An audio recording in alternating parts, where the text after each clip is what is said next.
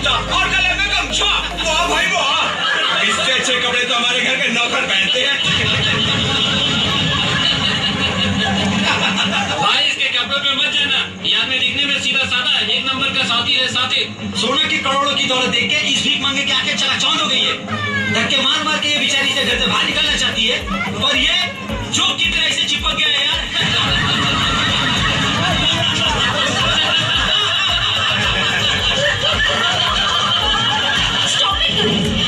बहुत हो गया मजा। ये मेरा पति है, कोई तबला नहीं कि जो चाहे से बजा दे। अरे देखो, इसकी शक्ल तो देखो, कितना बुरा मान गया बेचारा। अगर मेरा पति बन के रहना है ना, तो ऐसी छोटी छोटी बातों में बुरा मानना बंद कर दो, क्योंकि जब तुम्हें पता चलेगा कि ये टोनी मेरा बॉयफ्रेंड है, तब तुम्हें कितना लगेगा? अरे क्या हुआ? बुरा लग रहा है? बोलो ना, बुरा लग रहा है? अगर बुरा लग भी रहा है तो भी तो मेरा क्या कर लोगे?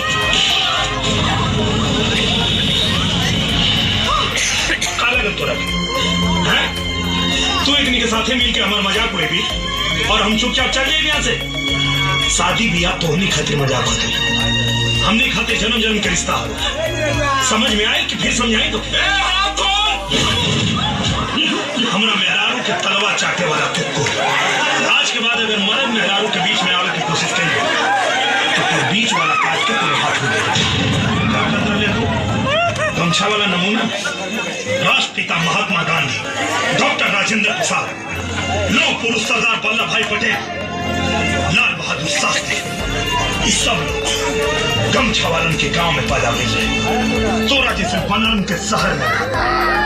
और शायद तोरा कहीं पता नहीं कि गमछा अगर गरीब मजदूर के पसीना पोछे के काम आवेला, तब तोरा जैसे कुकुरन के चेटुआ दबावे के भी काम आवेला।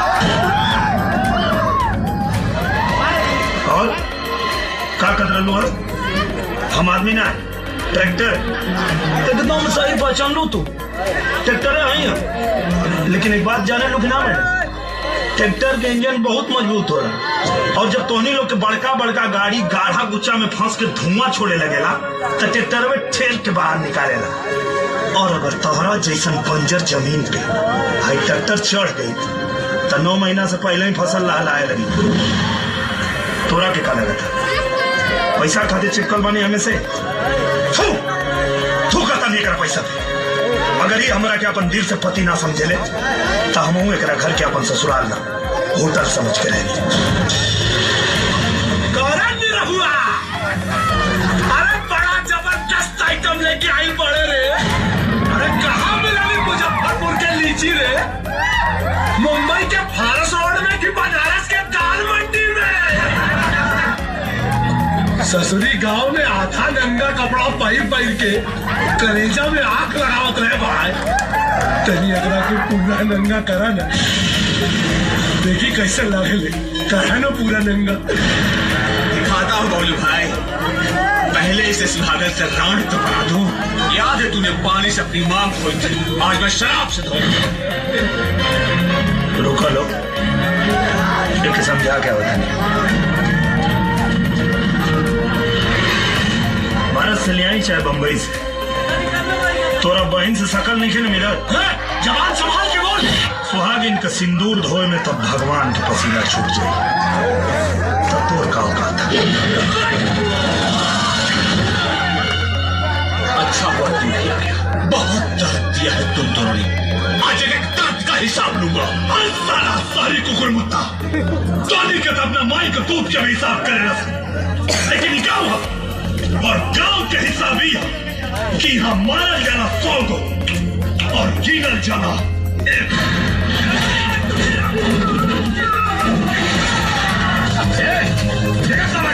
मत साले के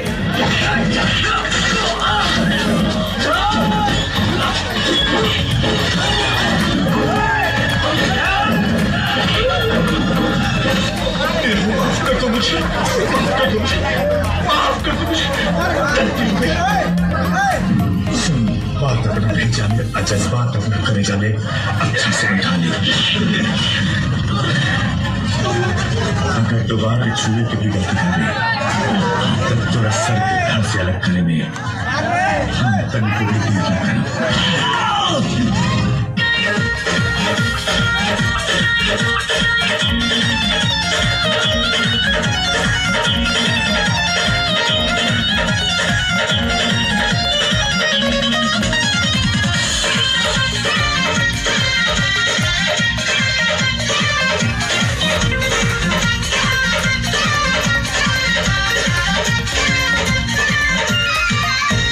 सन केला मन बड़ा बहकेला हो आग हमरो पर है जावल हकेला हो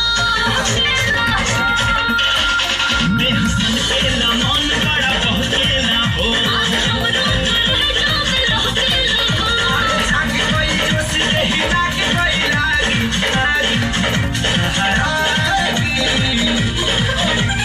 टूट जाए टूट जाए टूट जाए टूट जाए टूट जाए चोली के बटाम हम जो टूट जाए चोली के बटाम हम जो देवी सोना के बता बता कितना लगी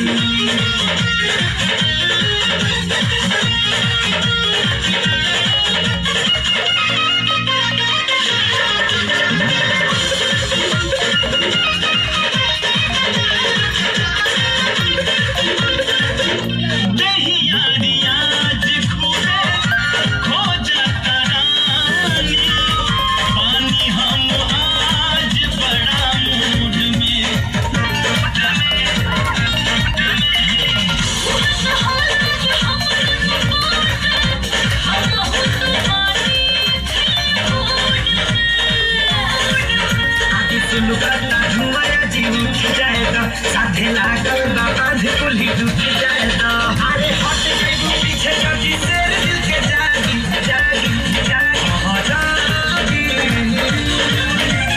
टूट जाए टूट जाए टूट जाए टूट जाए टूट जाए चोली के बटाम हम जो टूट जाए चोली के बटाम हम जो देवी सोना के बता बता न कितनो लागे